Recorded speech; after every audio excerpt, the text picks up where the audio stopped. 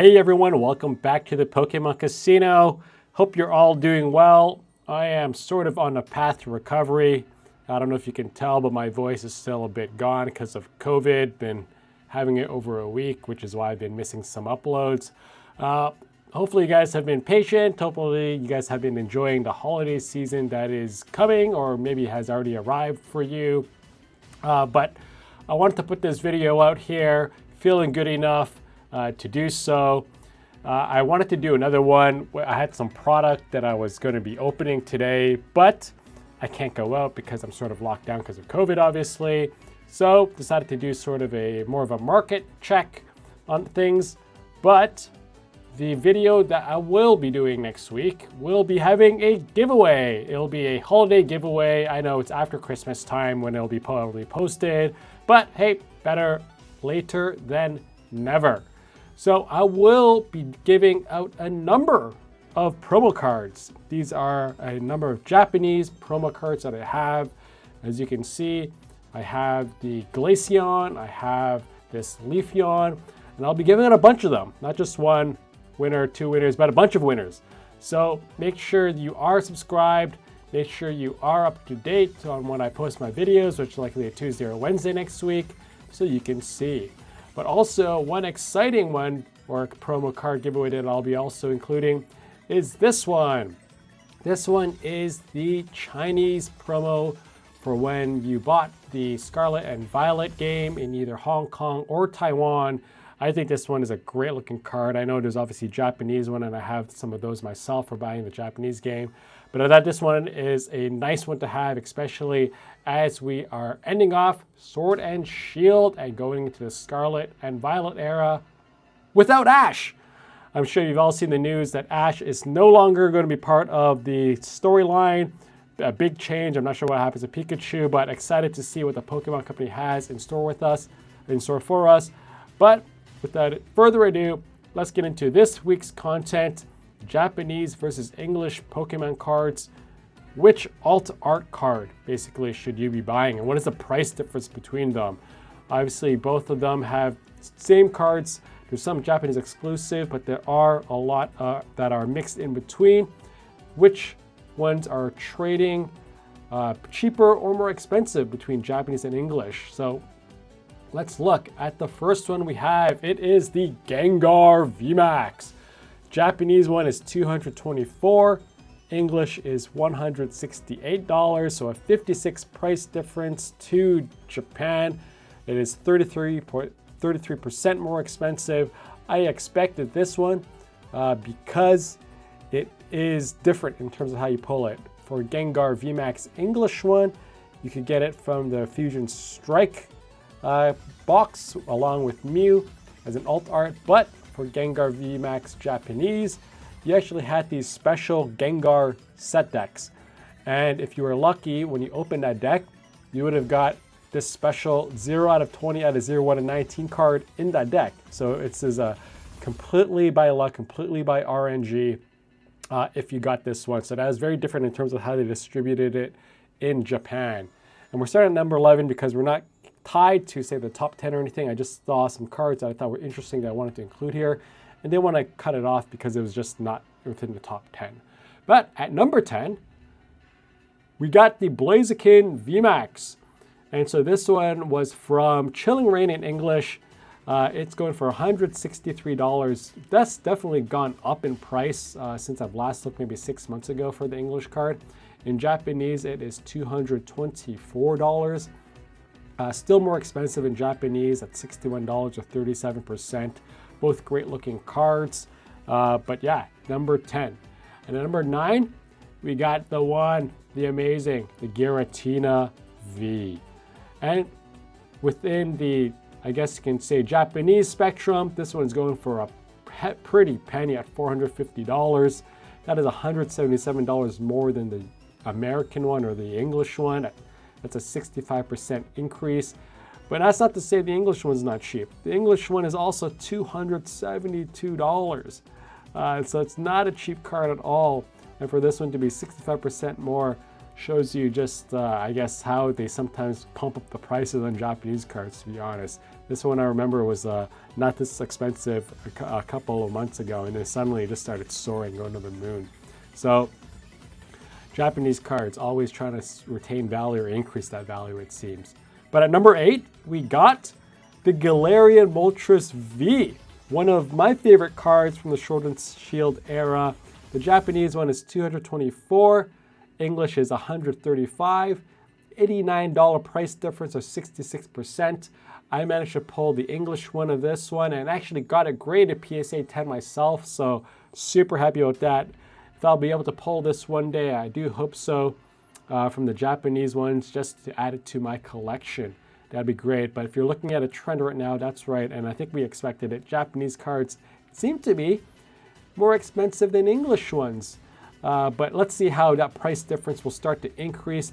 Hopefully you guys stay tuned. There's some pretty crazy price differences as we go along with it. And probably not the cards that you're thinking about either. But at number 7, we got the very recent Lugia V.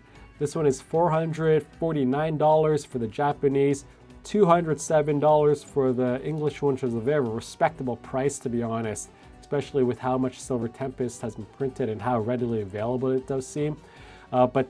Look at the price difference. It's $242 more for the Japanese one, or 117%. And if you saw my other previous price check video when Paradigm Trigger was released, this price was even higher before. It's gone down quite a bit, I would say, for the Japanese card, but it's been holding steady around this price level most recently. But at number 6, and we're over 100% price difference now, so number 6 we have the Moonbryon. That's right, this one is going for an eye-watering $1,336 for the Japanese Moonbryon from EV Heroes. The same one from Evolving Skies in English is $500. So we're looking at $839 price difference here, everyone. Crazy, bonkers, or 169%. When you look at percent, it seems not as extravagant, but that dollar amount, absolutely crazy at $839. And I'm pretty sure this one actually by dollar amount is the biggest spread just because of how expensive this Japanese card is. But at number 5, also a pretty big stunner, I think. Oh, not number 5, sorry, wrong one. But at number 5, we got Mewtwo V. And for the Japanese one, from the Pokemon Go set, it's only $75. So one very affordable, I think, alternate art card at $75. And that's not to say the English one isn't. It's even more, right, at $27. You're looking at a $48 price difference or 177%. I don't know why this card's so cheap. I guess just because people didn't really enjoy the Pokemon Go set. So a lot were pulled and people just had no interest in it. I'm not sure. Or this was just printed to the moon, so there were just so many copies laying around and the pull rates weren't that difficult. No idea, but at number 5, I had a 177% price difference. We got Mewtwo V. And at number 4, one of my favorite cards. Oh, and you know what? Moonbryon was not the biggest price difference because at Rayquaza VMAX, for the Japanese card, it is $1,300. For the English one from Evolving Skies, $294, for a price difference of over $1,000. This is crazy price difference between this one in terms of absolute dollar terms. Percentage-wise, not as crazy, but still pretty bonkers at 355% price difference.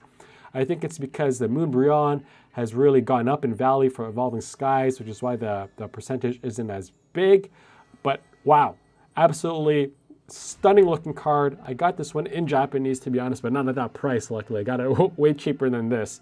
And still got to get a PSA graded, so we'll see what it comes back with. But at number 4, we got Rayquaza VMAX. And number 3, we got Mew, the very playable card from before that was really part of the meta. The Mew VMAX Japanese from Fusion Arts is $449. The English one, it's only $81 now. This was a lot more expensive, I remember before, well over $100 for when it started coming out as part of the meta deck. But stunning looking artwork of just Mew in like a sort of a UK English background with the bus and like the phone booth and everything like that. But the price difference here is also pretty remarkable. $368 or 450% price difference between the Japanese and the English. I don't know why the price difference is that much. It's absolutely crazy, but it is what it is. And here we go. And off to number 2, we have Shadow Rider Calyrex VMAX. The Japanese one, $450. The English card, only $57.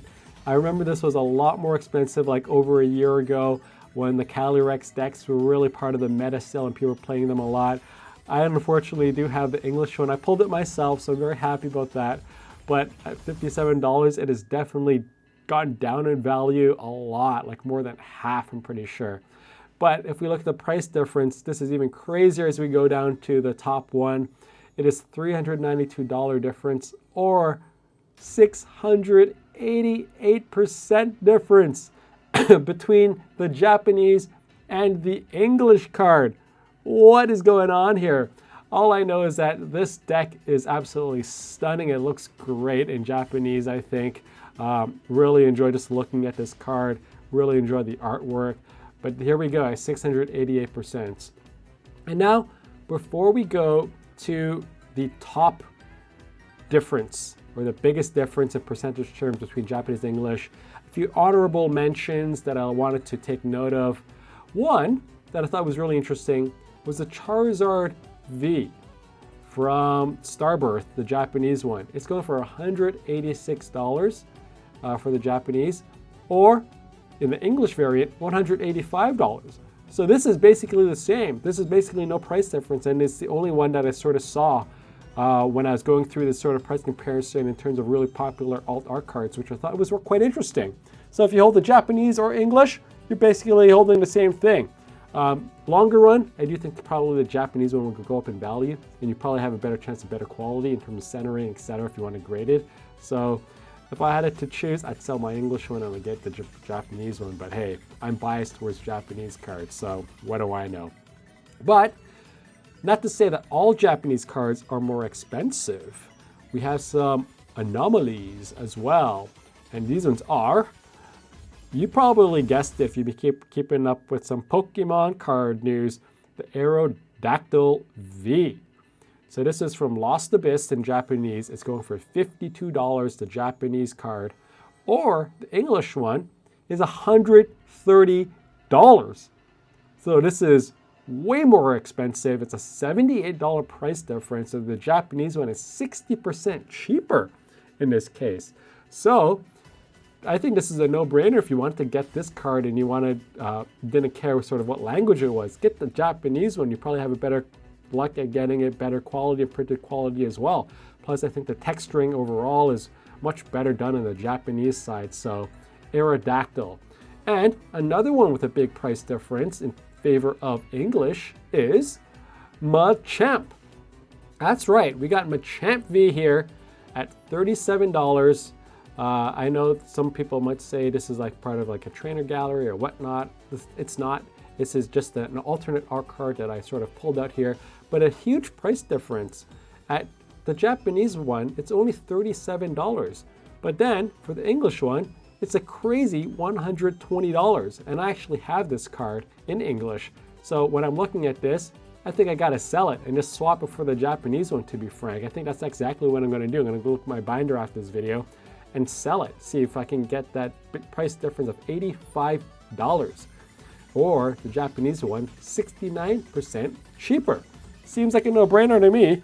But without further ado, what is the biggest price difference for some of the most popular alt art cards, Japanese versus English? It is, and you probably had no idea, couldn't guess it, it is the Ice Rider Calyrex VMAX.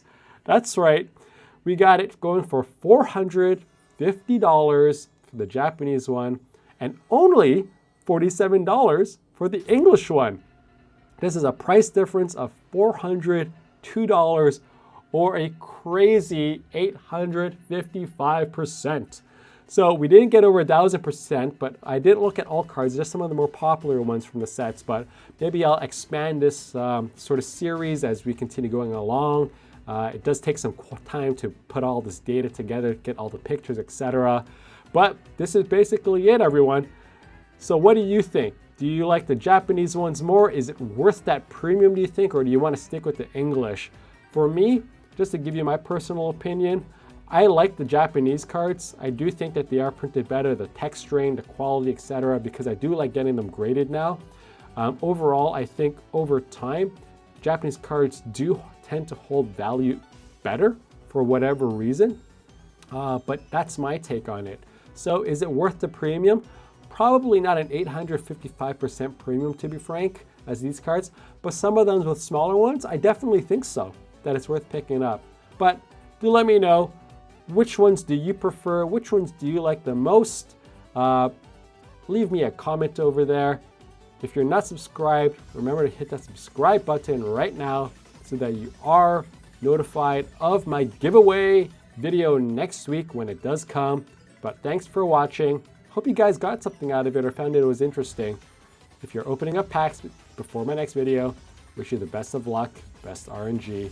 Until the next one, bye-bye.